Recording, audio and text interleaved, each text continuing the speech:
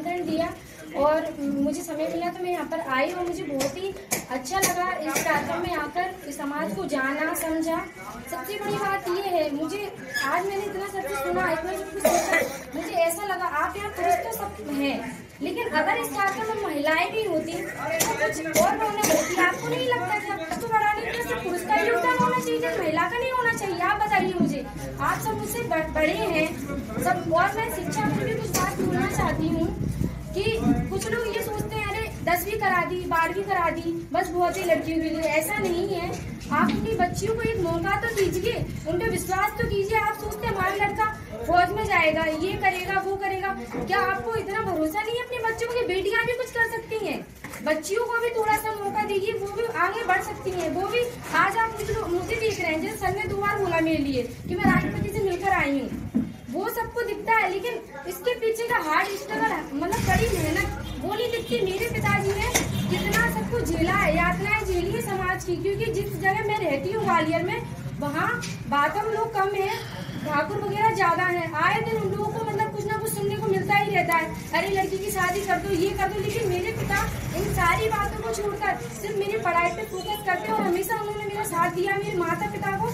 और मैं धन्यवाद देना चाहती हूँ मेरी ताऊ जी को भी, जो हमेशा मेरे साथ खड़े रहती हैं। उन्होंने मुझे इस कार्यक्रम में भी बुलाया कि बेटा तुम यहाँ आओ ताकि तुम्हें और भी लोग समझे। मेरा बस यही संदेश है आप लोगों से कि प्लीज अगर आप आते हैं बहुत अच्छी बात है, लेकिन आप कोशिश कीजिए आपकी पत्नी बेटी इस कार्यक्रम में आए ताकि वो भी समझ सके हमारे समाज को। क्योंकि एक बिटिया अगर पढ़ती है तो वो 2 घर को रोशन तो करती है, पूरे समाज को भी रोशन करती है। और बेटा सिर्फ एक घर। बहुत सुंदर, बहुत सुंदर, सुंदर, सुंदर।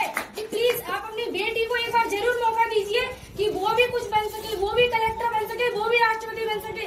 क्या द्रौपदी मुर्मू जी को कोई जानता था? नहीं, क्योंकि वो आदिवासी थी। लेकिन आज अगर उनमें कुछ करने की मत थी, उनका परिवार उनके साथ था, उनका समाज उनके साथ था, इसलिए वो राष्ट्रपति द्रौपदी मुर्मू बनी है आज के टाइम में। मेरा भी आप लोगों से यही कहना है कि आपकी बेटी में भी वो कॉन्फिडेंस है, वो जज्बा है कि आपकी बेटी भी कुछ कर सकती है, लेकिन आप लोगों का सहयोग उन्हें नहीं मिल पाता है, इसलिए वो पीछे रह जाती हैं। आप लोग उन्हें गिरा देते हैं। आप लोग ऐसा क्यों करते हैं? मुझे ये बात समझ में नहीं आती।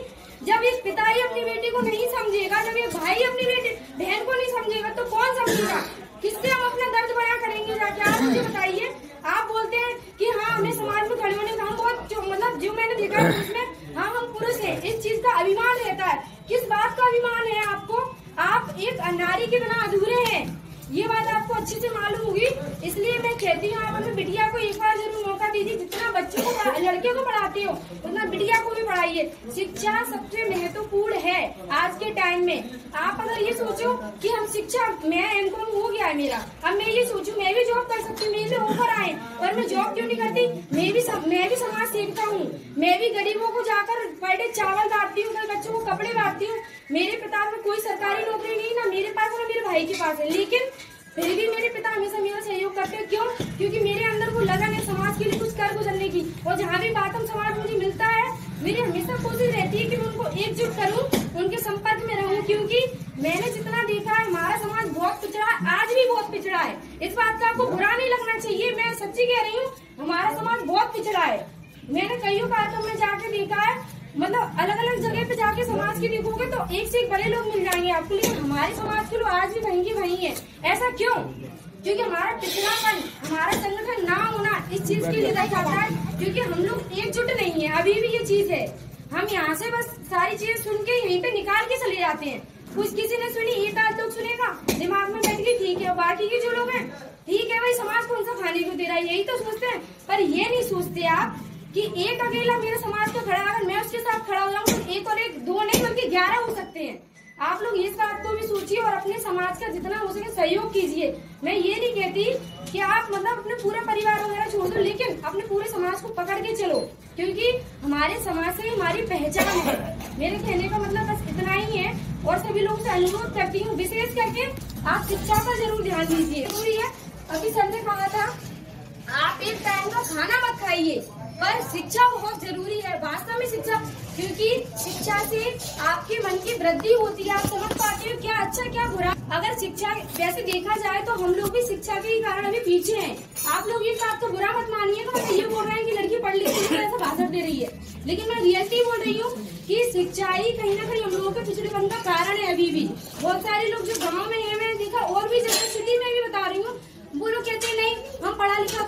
करेंगे, जॉब तो मिलनी नहीं। अरे तो क्या सब जॉब के लिए कर रहे हैं? आप अपने बच्चे को, उसके हर बच्चे के अंदर कुछ ना कुछ टैलेंट होता है। मेरे अंदर है, मैं मिट्टी की मूर्ति बनाती हूँ, स्केच बनाती हूँ, पेंटिंग बनाती हूँ। मैंने उस हुनर को अपने बाहर निकाला है। मेरे पिताजी ने मेरा सहयोग किया, माता जी ने किया, मेरे ताऊओं ने किया, भाइयों ने किया है मेरे, तब मैं कुछ कर पा रही हूँ जीवन में। जरूरी नहीं है कि हम कलेक्टर बनके ही समाज की सेवा कर सके, नहीं।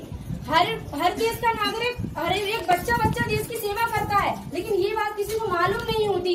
अभी ये भैया यहाँ पे ठेला लगाए, वो भी तो सेवा कर रहे हैं। कोई आके पूछता है उनसे, भैया वो कहाँ रहते, बताते कि नहीं?